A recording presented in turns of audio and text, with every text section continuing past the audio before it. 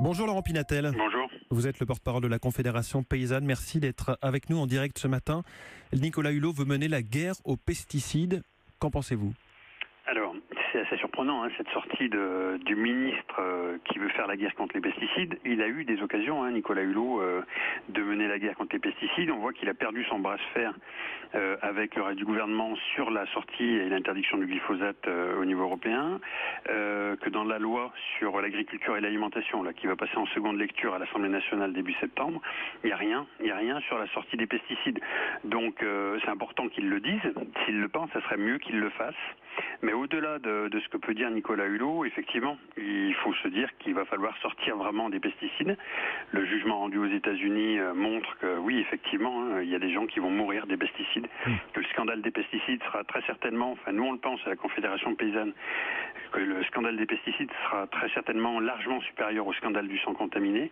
Et il faut vraiment qu'il y ait des décisions politiques qui soient prises pour permettre aux paysannes et aux paysans de se passer de pesticides. Comment convaincre les agriculteurs ? Parce que vous êtes agriculteur, vous êtes paysan, vous en représentez des milliers, mais vous n'êtes pas majoritaire. On n'est pas majoritaire à la Confédération Paysanne, et puis comme dans tous les corps de métier, j'allais dire, il y a de moins en moins de gens qui sont syndiqués, il y a de moins en moins de gens qui votent.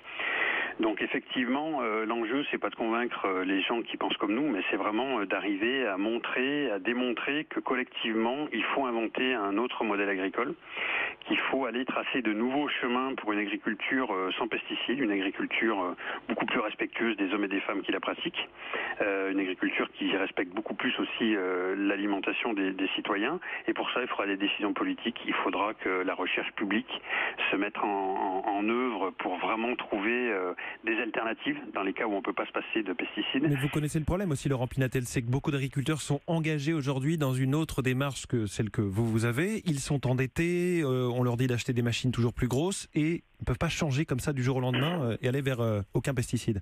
Voilà, la question elle est exactement là. En fait, pourquoi on utilise des pesticides ? On utilise des pesticides pas par plaisir, mais on utilise des pesticides parce que c'est un outil, comme tant d'autres, de compétitivité économique. Quand on travaille avec des pesticides, on va plus vite. Quand on travaille avec des pesticides, on assure ses récoltes contre les ravageurs, contre les mauvaises herbes, les adventices. Et donc, comment on arrive à se dire, je vais produire un peu moins, je vais avoir peut-être une partie de ma récolte qui sera abîmée, je vais pouvoir peut-être payer des salariés pour faire un travail qu'aujourd'hui je fais faire aux pesticides. Et ben la vraie clé du problème, c'est le manque de revenus des paysans et des paysannes. Et comment on arrive à redonner du revenu de façon conséquente dans les fermes pour que les gens puissent changer de système. C'est vraiment un des enjeux de la loi qui va être votée, là j'en parlais tout à l'heure, à l'Assemblée nationale début septembre, mais aussi des réformes de la future PAC là, qui sont en train d'être négociées au niveau de Bruxelles. Cette loi alimentation, effectivement, elle va être votée dans quelques semaines. Elle a un peu de retard. Est-ce qu'elle sera votée à temps, au moins pour cette année ? Il y a l'histoire en gros, la loi, elle va essayer de remettre à plat les relations commerciales et la répartition des marges entre la grande transformation, la grande distribution et les producteurs. On sait que les négociations commerciales attaquent en octobre, donc ça nous paraît quand même un peu hasardeux d'imaginer que cette loi pourra être effective ici. Et puis de toute façon, dans la loi aujourd'hui, il n'y a rien de contraignant. Il n'y a rien qui va permettre aux géants de l'agroalimentaire, je pense à Lactalis et à Bigard notamment pour le secteur de la viande, de répartir un peu plus ce qu'ils gagnent sur le dos des paysannes et des paysans. Et ça, honnêtement... La loi ne change rien aux revenus des paysans. La loi ne change pas assez aux revenus des paysans. Il n'y a pas d'obligation de transparence des prix, il n'y a pas d'obligation forte de partir uniquement des coûts de production des producteurs pour définir le prix final. Il y a tout un tas d'indicateurs de production qui vont faire qu'au final, on risque de noyer le poisson et la loi, elle est très très décevante par rapport à ce qu'on nous avait promis. Nicolas Hulot s'est plaint ce week-end de la place que prennent les lobbies dans le processus de fabrication des lois. Est-ce que cette loi, c'était pas l'exemple type d'une loi dans laquelle des groupes de pression ont agi ?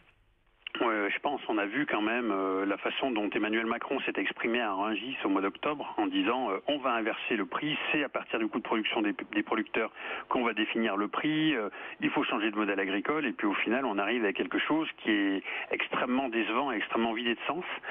Donc c'est bien qu'il y ait des lobbies qui ont interagi au milieu et quand on voit que l'agroalimentaire n'est pas trop mécontent de cette loi, on peut imaginer que les lobbies sont chez eux. Ouais. Stéphane Travers, c'est le ministre